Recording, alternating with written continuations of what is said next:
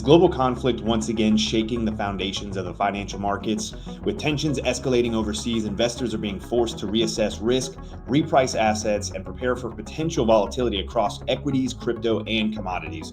Today, we're going to be breaking down what that all means for your portfolio, whether the market is bracing for a deeper correction or setting up for opportunity. My name is Paul Sampson. Welcome back to DataDash. Before we jump in, folks, if you're serious about navigating this market with confidence, be sure to check out the Traders Club, available exclusively at datadashpro.com. This is where I post daily trade setups, including the most recent one from last week, where I had a short trade setup for Bitcoin, whether it was you taking a short or just noting that the market was likely to pull back from $110,000 all the way down to $104,000, which I noted at the exact high, well in advance of that move unfolding. I also post daily market breakdowns, real-time insights to help you stay one step ahead as well. And if you're looking for even more depth, you can bundle that with Nick's Dash Report, is where he shares his long-term macro analysis as well as his portfolio updates.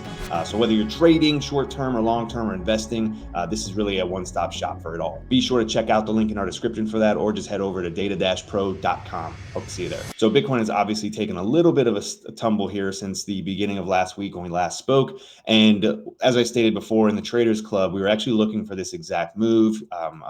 Obviously, I wasn't aware of the conflict that was going to be erupting, but the technicals at the time did have a pretty valid reason for us to retrace to this area, and one of which being the one I look for each and every single week, which is the weekly pivot, and that is the average of price from last week, likely to be met this week. Okay, so this was also our gold pocket region from the overall low to the high up in this area, which at the time lined up perfectly with that weekly pivot as well. So realistically, while yes, we had some news that probably escalated the drop a little bit, this was nothing more than a simple mean reversion play back to the average of price. So what can we be anticipating next here for Bitcoin? Well, I think that it's always important, especially on these Monday, more macro outlooks, to take a look at the ETF inflows and outflows, as well as the ETF products across other funds, and then as well as look at things like the fear and greed index, just to kind of get a good gauge on where the market is at the moment. Pair that with the technicals, of course, as well. And then right now, as we all know, we have, at any moment, we can see a little bit more volatility as things escalate overseas. So we're in a little bit of a place where very similar to when we were dealing with the tariffs. Obviously, that's not a very equal comparison, but I guess in the sense of just the effects on the market. Obviously, we know that the tariffs and still will at this point, but had so much. It was like a buzzword, right? Where anytime something dropped with one of the tariffs, the market kind of got spooked, or we would see a move to the upside if something positive went against it. So this conflict that is occurring obviously is more than likely going to be, our current thing that everybody's going to be really paying close attention to. Positive news aspects and negative news aspects are going to affect the market more than likely. All right. And once again, thanks to our friend at HODL15 Capital for always providing such high level updates and pretty much weekly updates on the ETFs and how many Bitcoin are being acquired by pretty much all these funds, and giving us the bird's eye view here. Once again, really nothing too crazy. These are all basically at quarterly intervals here. As far as reportings would go, obviously this was when we pretty much launched in 2024, end of Q1, Q2, so on and so forth. And as of recent, we have Q1 was the final big report here, the end of March, with basically 1.125 million Bitcoin being purchased in total. At the end of May, we upped that by about 75 million since then. And then now in the middle of June so far, we're up about 10, 11 million Bitcoin purchases ever since. So still a little, slow grind right here, but still increases across the board. Obviously showcasing that the institutions and the hedge funds obviously still do have some appetite here as far as risk does go. Of course, they have to acquire these assets to be able to offer them to their clients. So not a huge purchase going on right now, but still good to see that we're on the upside here. So does this mean that we can't see a bit of a pullback still, even though these ETFs and things are looking pretty positive, while the inflows are still coming in, purchases are still being made? Overall, you would think that supply and demand would do nothing but keep the price of Bitcoin going higher. Well, the only argument I have to that is that overall, if we looked back in this period of time, the overall Bitcoin price, or the Bitcoin purchases, have been going up. And yes, Bitcoin's price is higher than obviously it was back here. But during all this time, we did still have the pullback of last summer.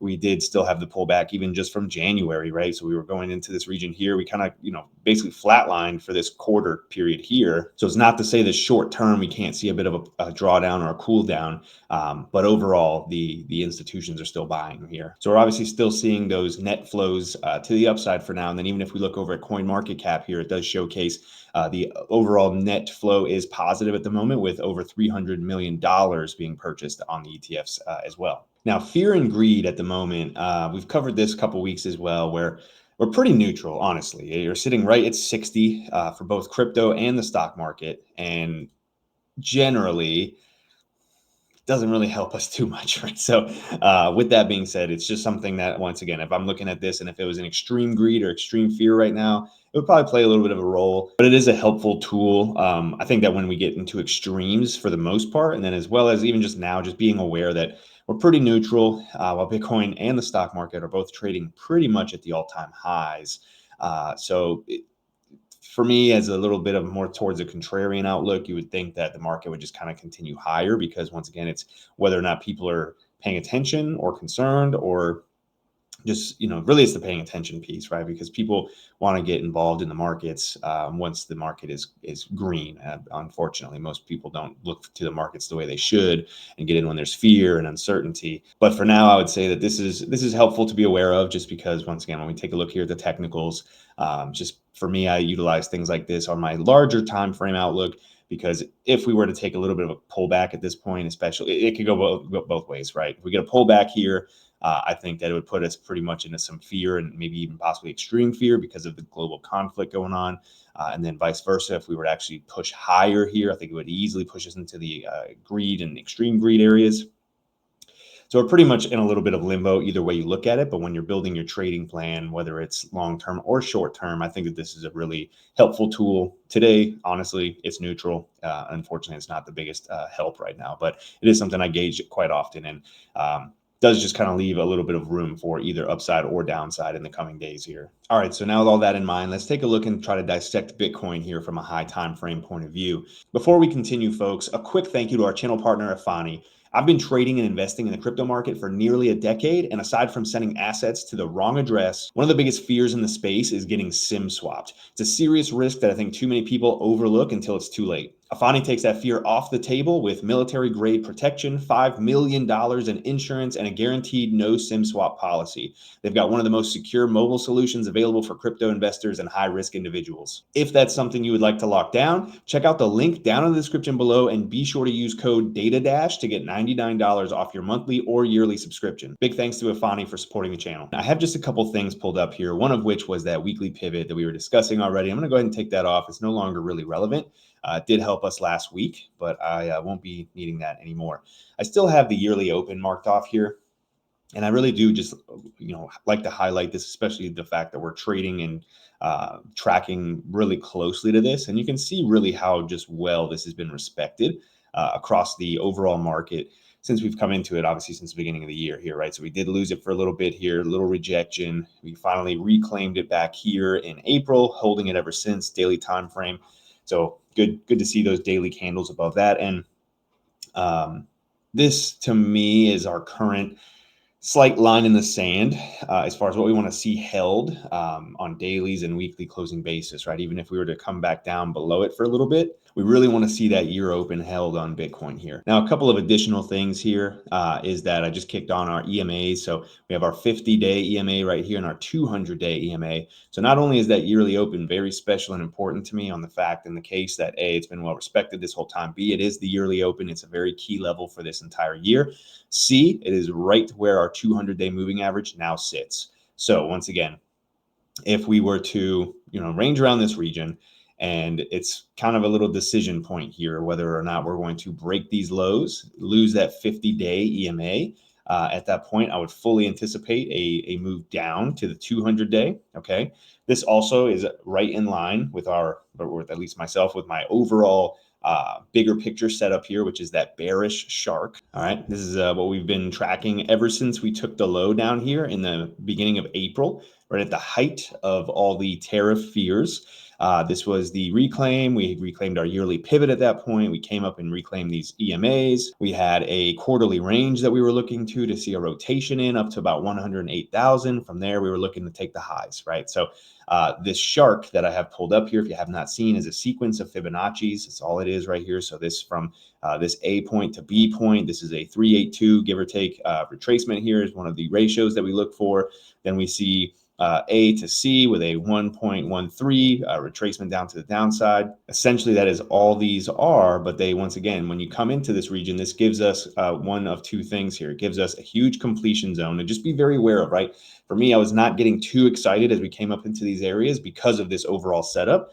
And you'll note the timing right here in the DataDash Traders Club. I gave this exact setup once again when we were trading at the lows here with the completion time of the end of May. And I did that just by basically measuring with Fibonacci time, something I cover in the Traders Club as well.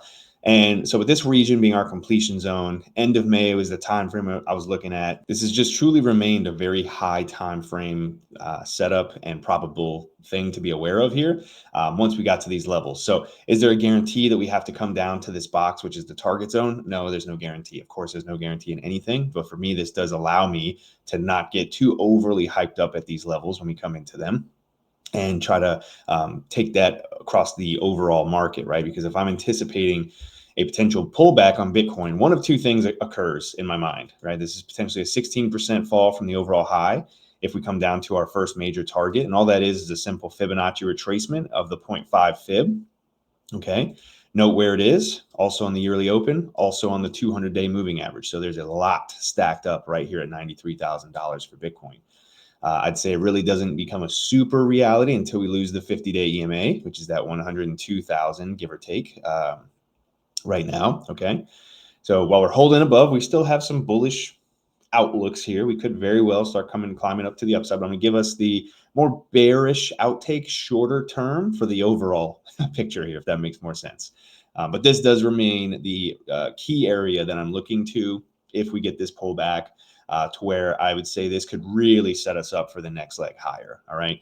And a couple of reasons behind that. The biggest one being that the overall bearish harmonic is very valid and our targets all line up pretty well. And it really takes us all the way down to the B point potentially, and that's like $88,000, right? So with that being said, that would be a huge wipe of open interest, leverage in this market. You'd come down under a big psychological level, being A, behind or under 100,000 and B, under 90,000. We would come into some big technical targets here. We have to reevaluate if we get there on what the rest of the market looks like, the context at that time, because context truly is key. And yeah, that's still what I'd be looking for here on Bitcoin, to come down into that region about towards 88 to 93,000. From there, we'd really want to see that yearly open reclaimed, or maybe even not even lost if we come down to it. And then after that, we'd be looking for that next leg higher, which in my opinion, I wouldn't want to overlook the middle of this region here, right? But overall, I'm targeting up to about $135,000, but very much so paying attention along the way, right? Because 120, 125, this is putting us up into some really big regions on Bitcoin. I would even venture to say range between, a $10,000 range, which sounds like a lot, but obviously that's less than 10% of Bitcoin's price if we got up there, right? So I'd say between that 125 to 135 would be the next big area to look to. From where we are now, wouldn't be such a huge jump. Would be amazing for the market overall, as if Bitcoin does rise, the remainder of the market would most likely come with it, including altcoins. But if we got the pullback first towards these areas, this is an area where I'm going to be very interested in picking up positions on Bitcoin to potentially take it up to this run, right? So that's about a 50% increase, maybe 30, 35%. So a very big possible opportunity arising there. And then I shared this recently as well. Just another high time frame outlook is that not only is that 130, 125 region a Fibonacci expansion for a 1-to-1 target that comes in, we have honestly been putting in what I believe is a pretty decent AB equals CD pattern, right? So we've got 3 points already in for it. This is something you can't marry or really even utilize until we come to the completion zone, very similar to the shark I just highlighted. But it is helpful to, if we're looking at other reasons to get up to these target points, to kind of just note that there's another setup that comes into play at that point. This would actually be a bearish setup. So coming up to these levels would definitely be a huge take profit, in my opinion, across the board. And once again, we'll kind of cross that bridge as we get there. It's just also potentially towards the end of the summer is where I'd be looking at for that to come through. So another reason why, as we're making this video now in the middle of June, I think that we could totally see a little bit of a cool down here, down to those levels I just noted, right around that $88,000 to $93,000 for Bitcoin, and then get that expansion going into the end of summer. Even just as I'm drawing this out on the bottom there, you can see how just like it pulls into September time just with a simple line action here. But we'll see, right? So that is my overall idea at the moment for the market, for those reasons that I just pointed out, not just because I want it, not just because I'm fearful around the things in the world right now that are going to cause this. I've been in this market long enough to understand and to see that we always have bad news surrounding the world, really, right? So, and with that being said, there is opportunities that are born out of these moments. Not to sound insensitive to what's going on in any way. My thoughts and prayers go out to everyone that's dealing with these issues across the water. But as an investor, we have to approach the market with a neutral mind and just understand that, we have key areas and opportunities that are going to rise. And generally those times are met with some negative catalysts, unfortunately. So we'll be taking this kind of step by step across the way. And that was obviously more of the shorter term bearish outlook, but overall upside is the target area, which I still do believe pretty wholesomely. As far as if we don't get that move and we were to just break higher, right now we have one of the best invalidations of, at least in my eyes, right, of that shark not playing out. And it's just a simple, with us trading where we're at, get above the highs, right? Start claiming these highs. Doesn't necessarily take us out of the woods, but that would be an early indicator that we would really start seeing continuation to the upside, right? So the only thing I will note with that is that the shark completion zone technically does come up to about $114,000. So we could come all the way back up to these regions, take the highs yet again, and this would still be a valid setup. So I'd really like to get out of this region, and for any more continued upside here. Otherwise, I'm looking at this as a buy the dip opportunity if it comes within the market. And then this still does truly remain the big region of the Bitcoin chart that I'd be looking to get that next run up into the end of the summer, basically September time. And we'll see how it goes. Markets are moving fast, folks, and the days ahead could bring even more volatility. So be sure to stay sharp, stay informed, and make sure you're positioned accordingly. If you want to follow my daily trade setups and market insights in real time, head over to datadashpro.com and join the Traders Club today. I'll see you all in the next video. And until then, everybody, cheers.